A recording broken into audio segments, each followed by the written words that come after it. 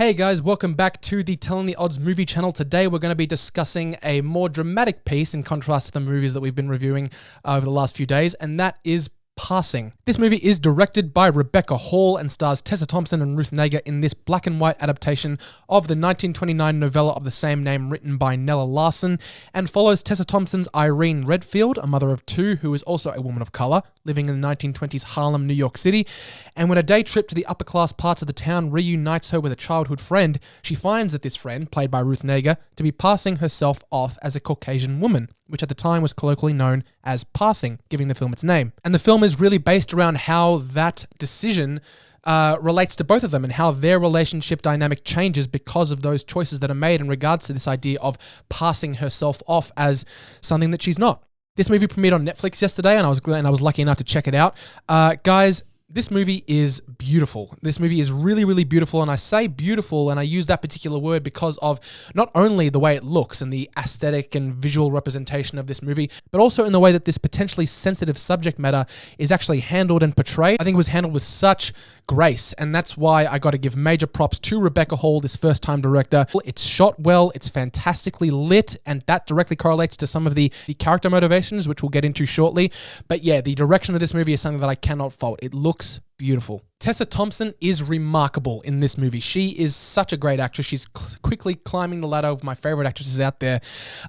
She can play humor. She can do the fun-loving stuff in Thor Ragnarok and Men in Black International while also giving you a really, really well thought out dramatic performance in a movie like this one, as well as her co-star Ruth Negga. It was fantastic to see her back. She is really, really great as well.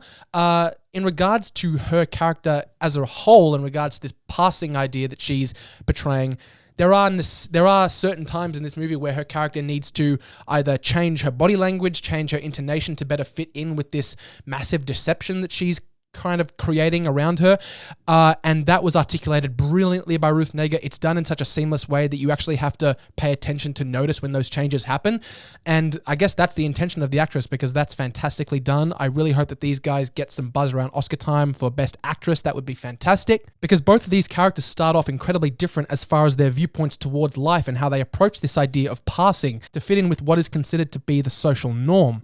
And that also plays into a lot of really great and well-executed thematic ideas that are at play in this movie as far as, are we ever really satisfied with what we have and the cards that we're dealt in life? And that not only relates to the setting in which this movie finds itself, but it also directly relates to the present day and the cultural zeitgeist that we live in now as a society. You know, are we ever really happy with what we have? Like, you know, despite the fact that you may have everything you could ever ask for, there's always something else that you feel like you need. You're never really satisfied. So that's something that the movie did really well, and it executed flawlessly in a really well-written script. I really hope that it gets some buzz, possibly for an adapted screenplay Oscar nomination. I'd love to see this movie get some buzz around Oscar time. As far as this movie being shot in black and white, it's done flawlessly, not only for the reason of making it feel like a 1920s movie and making it feel like a film that came out almost 100 years ago, which it does, because the production design of this movie is actually directly supposed to make you feel like this is a movie from the 1940s. They're not using the most clear cameras, and they're not using the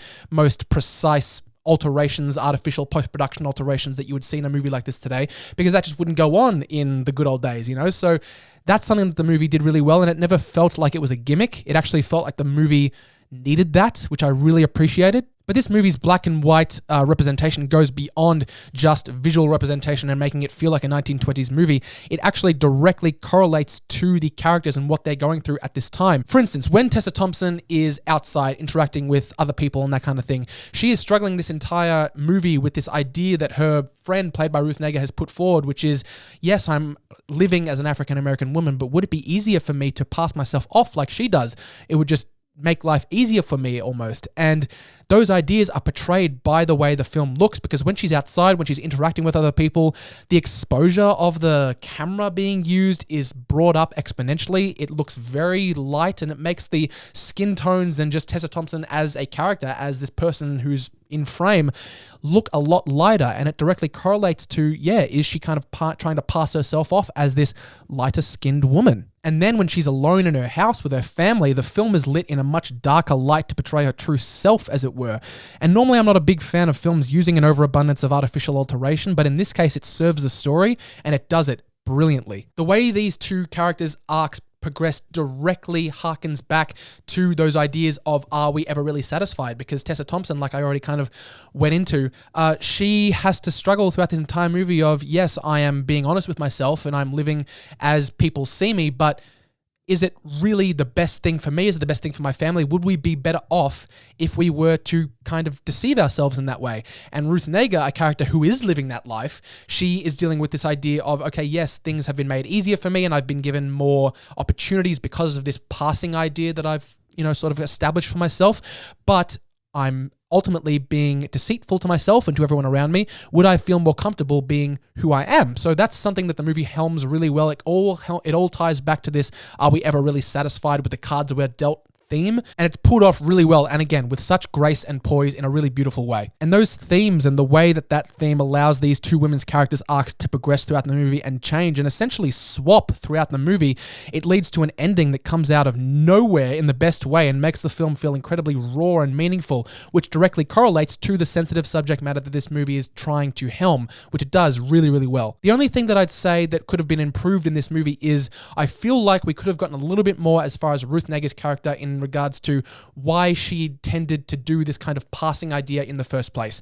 We understood a lot of that on Tessa Thompson's side of things because we get to know her family, we get to know her family life, we get to see a lot of interactions between her and her husband, and all that directly correlates to Tessa Thompson's character's kind of changing character arc as far as maybe he has a point. Maybe we would be better off living a life like Ruth Negga's character does. But then you have the character like Ruth Negga who is doing this passing idea, but we don't know a lot about her backstory, why she intended to do this in the first place. All we really get of her is we know that she has a Caucasian husband, which puts a little bit of a pressure on her.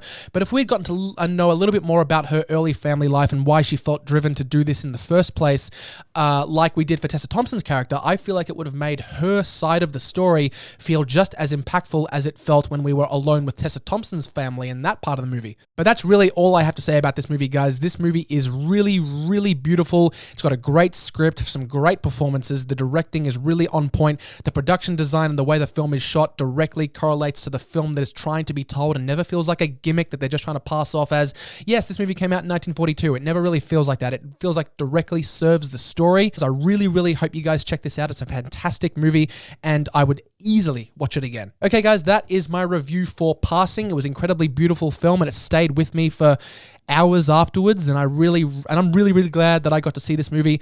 What did you guys think of it? Let me know. Leave a comment down below, and make sure to subscribe for all the content that Michael and I continue to give you. Stay tuned for our podcast, our Star Wars podcast, Telling the Odds, which happens every week. And yeah, that's basically it, guys. Thanks a lot for watching, and I'll see you next time.